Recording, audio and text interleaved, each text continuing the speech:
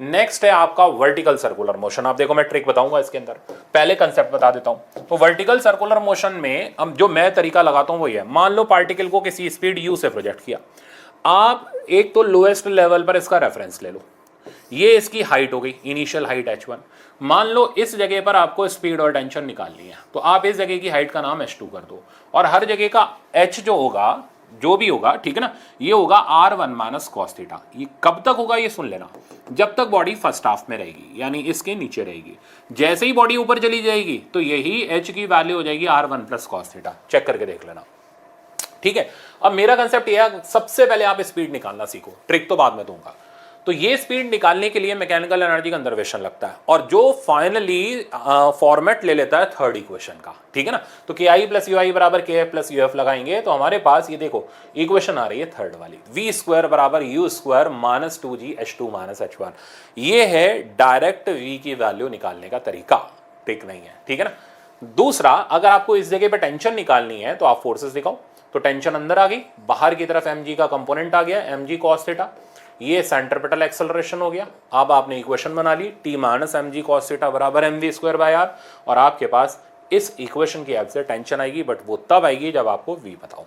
अब मेरी ट्रिक क्या है तो मेरी ट्रिक ये है कि अगर बॉटम पे बॉडी को under root N R G की वेलोसिटी से प्रोजेक्ट किया गया, ठीक है ना, ये मैंने शायद पहले भी आप लोगों को बताई हुई है, तो under root N R G की वेलोसिटी से प्रोजेक्ट किया गया, तो किसी भी जगह टेंशन और वेलोसिटी निकालने का एन के टर्म में एक सिंपल शॉर्टकट है। इससे सवाल की स्टेप ऑफ वर्किंग बहुत ज्यादा रिड्यूस हो जाती है, और जो सवाल 1-1.25 मिनट में होता है वो 10-15 सेकंड में खत्म होना शुरू हो जाता है। आगे दिखाऊंगा आपको। तो किसी भी जगह आप वेलोसिटी और टेंशन अगर निकालना चाहते हो इन टर्म्स ऑफ एन, तो उसका फॉर्मूला ये बस इसका डीमेरिट ये याद रखना पड़ता है। तो under root R G, but merit ये कि इससे सवाल धज्जियां उड़ा देते हैं एक लाइन के अंदर, under root R G N minus 2 plus minus 2 cos theta. Plus कब और माइनस कब? तो प्लस तब जब बॉडी फर्स्ट हाफ में, और माइनस तब जब बॉडी सेकंड हाफ में, ठीक है ना। बस इतना सा ध्यान रखना है। टेंशन का फॉर्मूला ये मैं लगा के दिखाऊंगा आपको, अभी आदत पड़ जाएगी। N minus 2 plus minus 3 cos theta.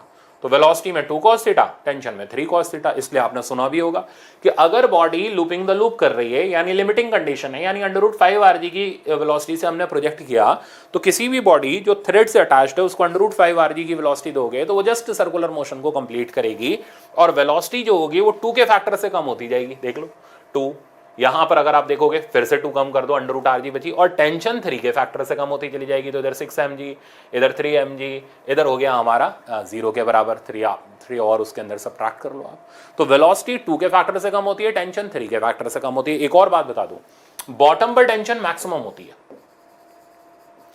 तो बॉटम की टेंशन लिखने के लिए थीटा को 0 डाल दो और साइन प्लस यूज कर लो, ठीक है ना, सिंपल सा फैक्टर है। तो mg n+1 ये हमारे पास आ जाएगी मैक्सिमम टेंशन। मिनिमम टेंशन होती है टॉप पर। अब बहुत ध्यान से सुनना, अगर बॉडी अपर हाफ में तो एंगल ऊपर से लेना, और लोअर हाफ में तो एंगल नीचे से।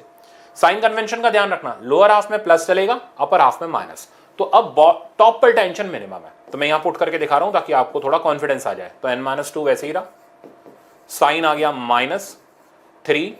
अब टॉप पोजीशन के लिए एंगल टॉप से लोगे तो वो 0 हो जाएगा, सही है। तो फाइनल रिजल्ट आ गया टी min का mg n-5। तो this is the value of